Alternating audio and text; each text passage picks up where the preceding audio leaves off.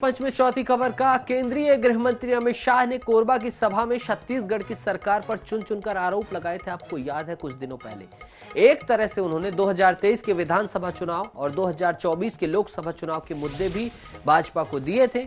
इन मुद्दों में एक बड़ा हिस्सा राज्य सरकार की कथित विफलताओं को लेकर है। सीएम भूपेश बघेल ने इन आरोपों का बिंदुवार करारा जवाब दिया है। ट्विटर पर दिए गए जवाब में सीएम ने 15 साल के कार्यकाल को लेकर भाजपा को ही कटघरे में खड़ा कर दिया है। सीएम भूपेश बघेल ने डीएमएफ फंड से लेकर गरीबों के चावल में गड़बड़ी पर आरोपों के जवाब दिए हैं। आदिवासियों की भलाई के सवाल पर उन्होंने लंबी चौड़ी फहरिस्त थमा दी है। पिछड़ा वर्ग की बात आई तो आरक्षण संशोधन विधेयक को राजभवन में रुकवाने का आरोप जड़ दिया। बहरहाल छत्तीसगढ़ में विधानसभा के चुनाव इसी साल होने हैं।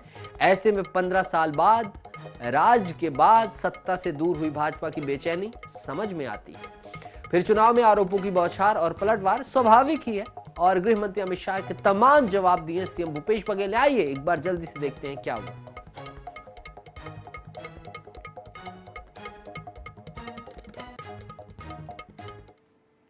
चावल वाले बाबा ने घर पहुंचाकर दिया चावल, कांग्रेस वाले बाबा खा रहे हैं। भूपेश बघेल, नान घोटाला, धान घोटाला, चिटफंड घोटाला, पनामा घोटाले का खलनायक कौन है ये बताएं, तभी पता चलेगा कि गरीबों का राशन और गरीबों की कमाई कौन खा जाता था। अमित शाह, डीएमएफ की 9,234 करोड़ की राशि भ्रष्टाचार की भेंट चढ़ गई। मैं भूपेश जी से पूछना चाहता हूं कि ये पैसा कहां गया। भूपेश बघेल, हवाई आरोप लगाने के बजाय जमीनी हकीकत पर बात कीजिए। आपके राज में कलेक्टरों के घर में डीएमएफ से स्विमिंग पूल बनते थे। हमने नए नियम बनाकर डीएमएफ का सदुपयोग सुनिश्चित किया है। अमित शाह, छत्तीसगढ़ में हमारी सरकार आई तो भूपेश को देना होगा पाई पाई का हिसाब। भूपेश बघेल, मेरा कार्यकाल खुली किताब है। हम यहाँ के लोगों को बिना मांगे ही पाई पाई का हिसाब देते आए हैं। फिलहाल तो रमन सिंह से उनके कार्यकाल का हिसाब मांगिए। अमित शाह, भूपेश भैया चुनाव आ गया है, जनता को क्या जवाब दोगे।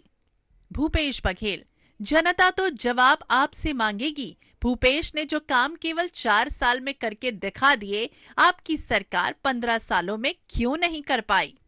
अमित शाह, भूपेश सरकार ने बलात्कार बढ़ाने का काम किया, खून खराबा बढ़ाने का काम किया, आदिवासियों के जंगल काटने का काम किया।